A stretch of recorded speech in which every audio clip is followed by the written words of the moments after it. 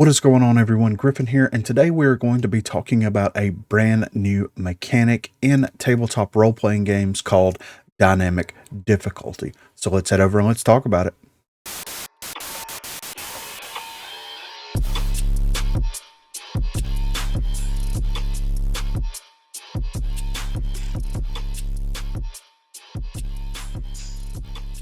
So in order to explain what dynamic difficulty is, we also need to explain how contests within the system work. When a resistance check, expertise check, or certain mastery options are initiated, there will be a contest roll that determines the outcome of the situation.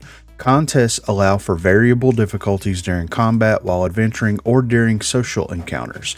This, along with favor, should provide more dynamic engagements within the world by introducing a varying degree of success and failure at all times.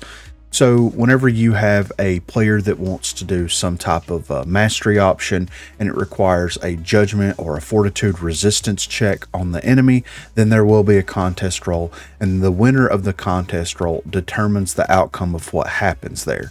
Expertise checks during exploration, we'll get into that here in just a moment. So dynamic difficulty is a flexible difficulty mechanic the Oracle will use to determine if player checks are a success or a failure. As opposed to using a static difficulty, dynamic difficulty will allow the Oracle to react to player decisions in the moment by moving the difficulty up or down the scale as needed.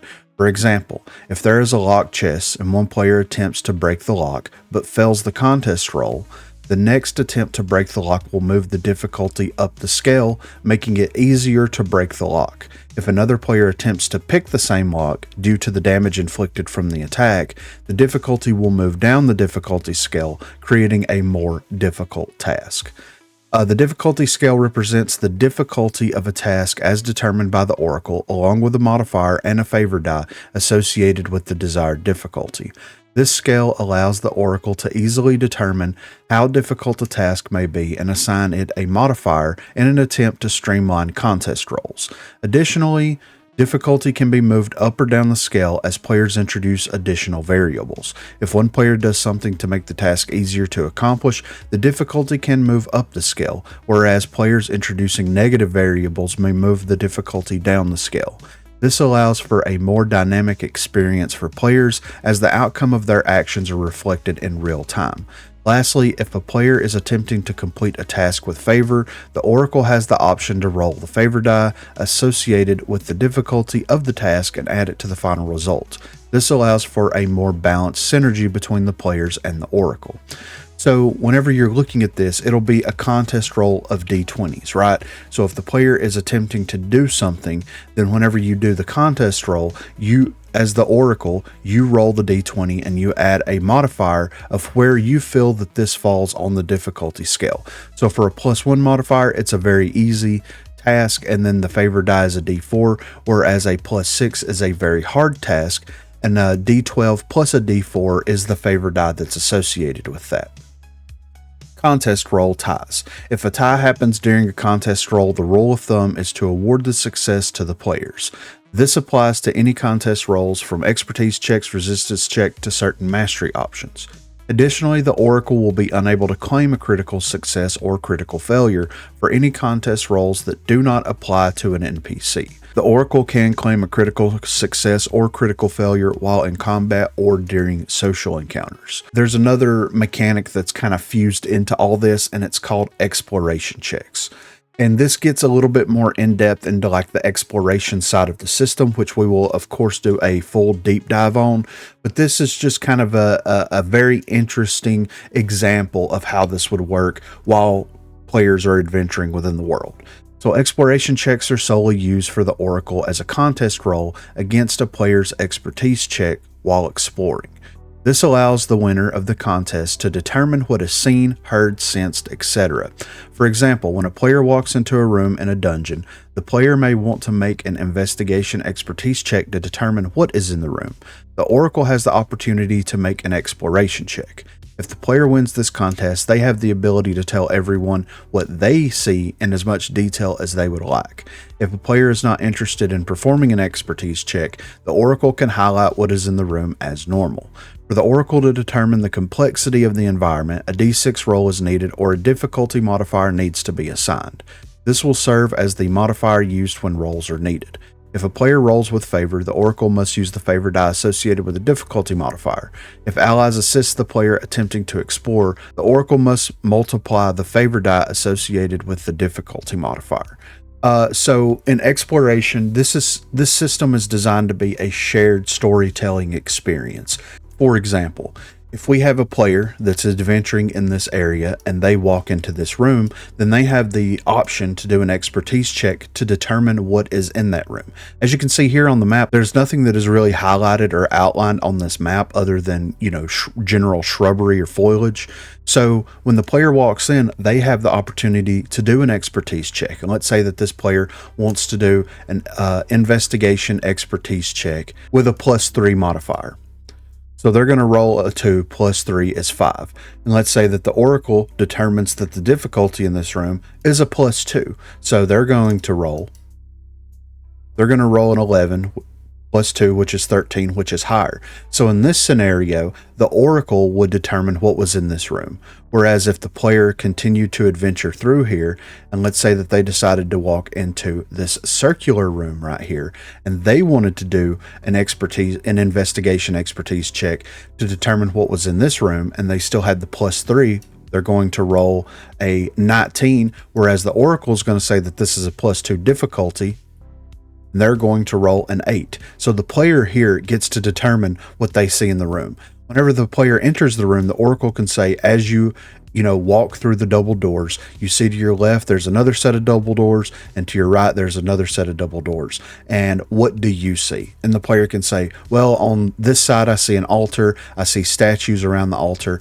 They can go in as much depth as they want to while explaining the environment, and this causes a more cooperative story playing experience where players are going to introduce variables that the Oracle is not going to be ready for, along with the players they're not going to be ready for. The Oracle is going to have to think on their feet a little bit more in this system compared to other systems, or they can set static difficulties and just opt out of doing the exploration checks altogether and have a more traditional tabletop role-playing experience. But in my testing, I found that whenever you have a shared storytelling experience and you explain to the party as they go into this specific dungeon or this specific area what they are expected to run into, then their mind is going to start leaning a little bit more heavily into that area. And whenever that happens, they are going to start filling and populating the world that you are building with things that they see in their mind and things that make sense. This player comes in and they say that they see an altar and statues, and in the center of this room there's a circle on the floor with runes on it. Then they have the option to do additional expertise checks to identify what this stuff is. And the Oracle has the opportunity to do more exploration checks if they would like, so that they can have the players determine what the significance of all this stuff is. Or they can opt out of that and set the difficulty as a static difficulty.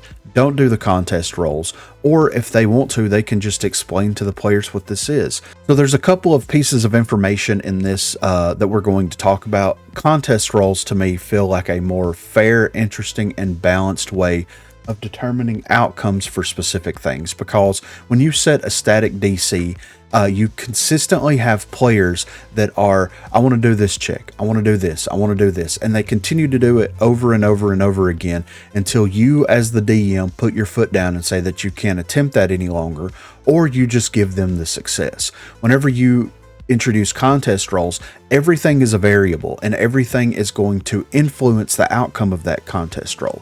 Therefore, the difficulty scale was created. When you look at the difficulty scale, you have a +1 to a +6 modifier that determines what the difficulty of that is. But the most interesting part of this is how other players can affect everything in some way, shape, or form. If you have a door that needs to be opened and one player tries to open it one way and then another player decides that they want to try to open it another way, then that could cause it to be easier for that second player to do it or make it harder for that second player to do it.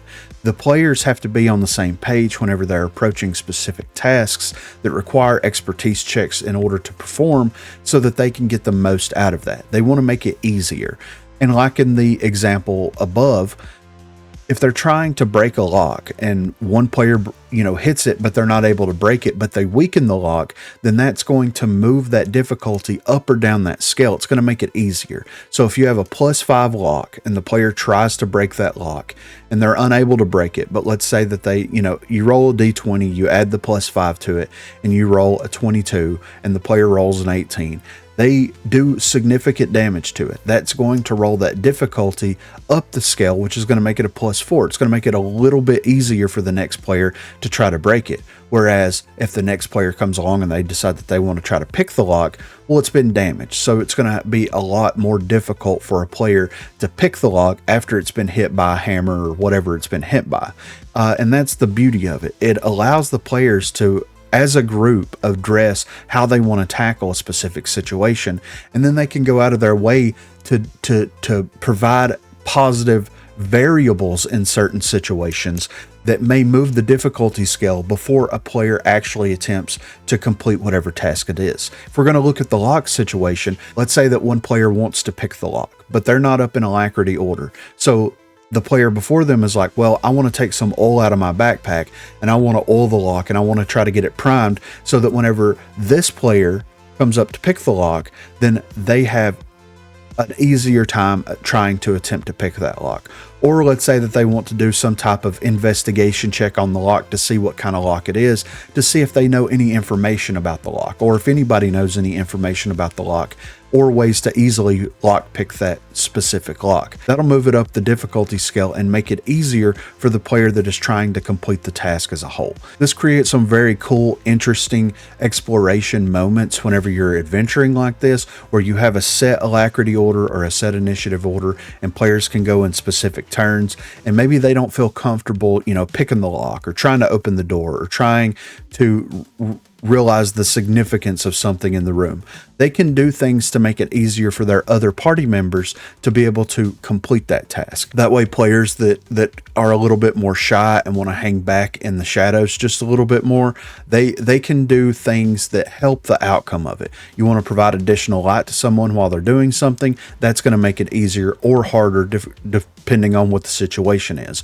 If they want to, inquire, in their knowledge on how to do something and explain that to the player, then they can do that. This allows for great role play moments and great team synergies when they do that. Lastly, having the exploration checks and allowing players to have a more shared storytelling experience, as long as the precedence is set up front of what this specific dungeon or what this specific location is supposed to entail, then the players normally, at least from my experience playtesting this, normally start building that out in their head, and then they are more apt to go with what you have as an oracle kind of built out for this specific area.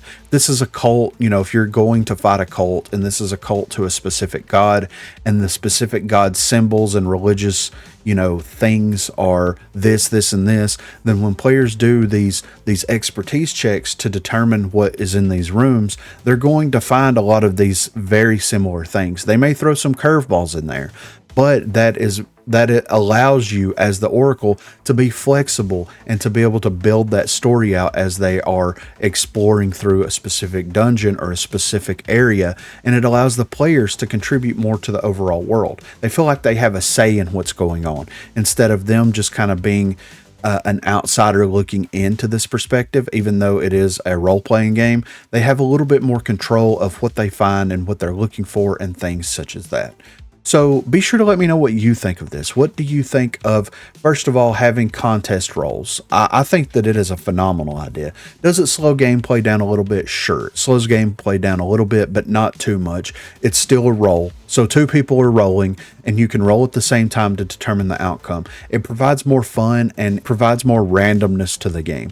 Players that may not normally succeed on something have a higher opportunity to succeed whenever there's contest roles involved, whereas when they fail harder because there's contest roles involved. Instead of giving something a difficulty of like 99 and players are not going to be able to complete that unless they hit a critical success, feels bad to me. You don't want to have anything, in my opinion, in a dungeon or in the game world that is going to be a level 99 difficulty in any tabletop role-playing game. So this allows for more fun and more flexibility and more ridiculous random outcomes, in my opinion. Also, let me know what you think of the difficulty scale, allowing players to influence how the difficulty of things changes based on their actions, whether they're directly interacting with whatever it is, or if they're indirectly interacting with it to make it easier or more difficult for their party members. Be sure to let me know what you think in the comments down below. Also, be sure to check that description for links to Facebook, Discord, and Twitter. Those are the places to contact me. If you haven't already, please be sure to like and subscribe to the channel. Also, I will be streaming on Thursdays and Sundays, so if you're interested and available, please feel free to swing by and say hello there. Thanks for watching, guys.